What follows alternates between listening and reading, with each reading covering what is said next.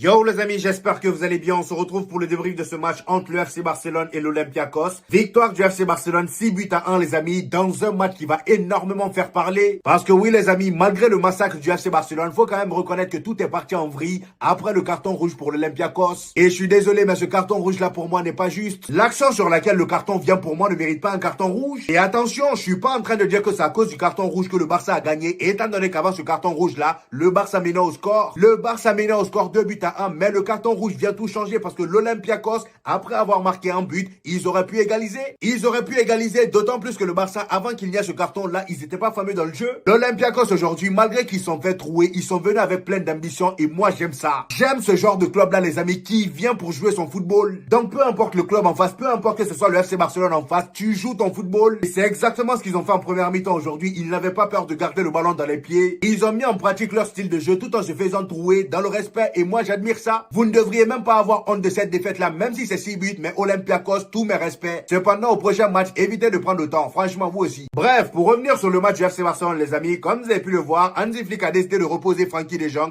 et il a mis titulaire le jeune Dro Fernandez. Dro Fernandez qui, pour moi, aujourd'hui, a été vraiment monstrueux. Le gars, aujourd'hui, il a été bon. Son dernier match qu'il a joué avec le FC Barcelone en Liga là, je l'avais pas trouvé terrible et aujourd'hui, franchement, il a fait un très bon match, auteur d'une passe décisive pour Fermín López. Dans ses déplacements, il a été très bon, il y avait très peu de déchets dans son jeu. Franchement, il n'y a rien à dire. Et en plus de ça, les amis, le gros changement dans la composition du FC Barcelone, c'était le retour de Fermín López. Un retour très remarquable. Avec tous les matchs qu'il a loupés, il fait son retour en Ligue des Champions. Il te claque un triplé. Voilà. Même si oui, le Barça n'était pas très bon dans le jeu en première mi-temps. Et d'ailleurs, c'est pas encore le grand Barça qu'on a connu la saison dernière. C'est pas encore le Barça qui te fait un pressing à la mort, qui te joue un piège du hors-jeu impeccable. Rien de tout ça pour l'instant n'est au rendez-vous. Mais ce qu'on a ressenti aujourd'hui, c'est que le retour de Fermín López les faisait énormément de bien. Le gars, tu sentais sa présence dans le jeu. Même lors du dernier match du FC Barcelone, à son entrée en cours de jeu, regardez l'apport offensif qu'il a ramené. Ce gars-là, c'est comment? Malheureusement pour le FC Barcelone, en deuxième mi-temps, il y a la réduction du score pour l'Olympiakos sur un penalty. Penalty qui a d'ailleurs été créé par Eric Garcia. Le gars, il met la main. Et c'est juste après ce premier but de l'Olympiakos que le carton rouge débarque pour Eze. Je vous mets quelques captures ici. Vous-même, regardez le début de l'action. Franchement, mes chers Barcelonais, soyez honnêtes un peu. Regardez le début de l'action. C'est Casado qui le tient. Déjà, à partir de là, pour moi, il y a faute pour l'Olympiakos. Parce que dès le départ de l'action, Casado s'agrippe à lui. Et dès qu'il le lâche, le gars il est déséquilibré. Normal que son bras balance. Et le pire, c'est que le bras du gars ne touche même pas bien le visage de Casado. Le gars, il tombe. Il n'y a pas de souci. Casado, voilà. Il est dans son rôle de simuler. On a vu Vinicius faire la même chose hier. J'ai pas de souci avec ça. Mais prenez l'action depuis le départ. Pour moi, ça mérite même pas carton rouge. Le gars, même le Eze, même qui a pris le carton rouge, n'était même pas au courant qu'il avait touché Casado. Pour moi, c'est après ce carton rouge là que le match est pénalty pour le FC Barcelone, créé par Marcus Rashford. Là, par contre, il n'y a rien à dire. Le gardien le touche. Même si c'est pas fait exprès, il touche Marcus Rashford. Donc, pour moi, il y a pénalty. Lamine Yamal récupère le penalty et il le transforme. Et pour sa célébration, bien évidemment qu'il envoie un petit coup d'œil à sa petite amie Nikki Cole qui était à côté de, comment elle s'appelle, Rafinha. Voilà, elle était à côté de Rafinha dans les tribunes. Après le penalty de Lamine Yamal, t'as Rashford dans la surface sur une magnifique remise de Baldé. Baldé qui a d'ailleurs été monstrueux aujourd'hui. Je l'ai trouvé incroyable ce Baldé aujourd'hui. Dans ses projections, ses prises de décision. Aujourd'hui, il a été impliqué sur 2 buts du FC Barcelone. Il est impliqué sur le premier but ou le deuxième but de Fermín López. Son match d'aujourd'hui était juste impeccable. Marcus Rashford, dès réception du ballon dans la surface, le gars il s'arrête, immobile, il fixe le défenseur, il le regarde yeux dans yeux et il enchaîne un tir, ça rentre. Ah oui, aujourd'hui il a fait que marquer comme ça, même son deuxième but c'est pareil, devant la surface, il récupère le ballon, il fixe le défenseur, il le regarde dans les yeux, il tire, ça rentre. Il se casse plus la tête pour marquer. Le milieu aujourd'hui, Pedri, Casado, je les ai trouvés très bons. D'ailleurs sur le deuxième but de Marcus Rashford, c'est Pedri le passeur décisif. Le gars il a lâché une loupe, c'est parti tomber pile poil devant Marcus Rashford. Et vous savez comment ça s'est terminé. Défensivement, il n'y a pas grand chose à dire. Cubarsí a fait son match. Eric Garcia, je l'ai trouvé, bon, pas très serein. Et même Mouchi Chechny en première mi-temps, je l'ai pas trouvé très serein, surtout dans ses relances. Mis à part ça, en défense, il n'y a rien à dire. Ils ont fait leur match. Baldé, incroyable. Jules Koundé, je le trouvais pas terrible en première mi-temps. Mais par la suite, il s'est rattrapé. Donc voilà, les amis. En général, le Barça, même si c'était pas le grand Barça qu'on a l'habitude de voir, aujourd'hui, ils ont été efficaces toutes les fois où ils ont eu l'occasion. Et ça, pour moi, c'est une très mauvaise nouvelle parce que leur prochain match, c'est face à nous, au Classico, le dimanche. Et on sait très bien que le Barça, quand ils sont dans ce genre de période-là où ils galèrent par moment et tantôt ils sont bons, tantôt ils sont pas bons, la plupart du temps, c'est face au Real Madrid où ils se réveillent réellement. Ça, ça on le sait. J'espère que ce dimanche-là, ils vont continuer à s'endormir, voire même pire que d'habitude, parce que là, franchement, le Barça que j'ai vu là, surtout avec les petits retours, Fermín López qui revient, j'espère qu'au Classico, Rafinha sera pas là, parce que si lui aussi revient, bon,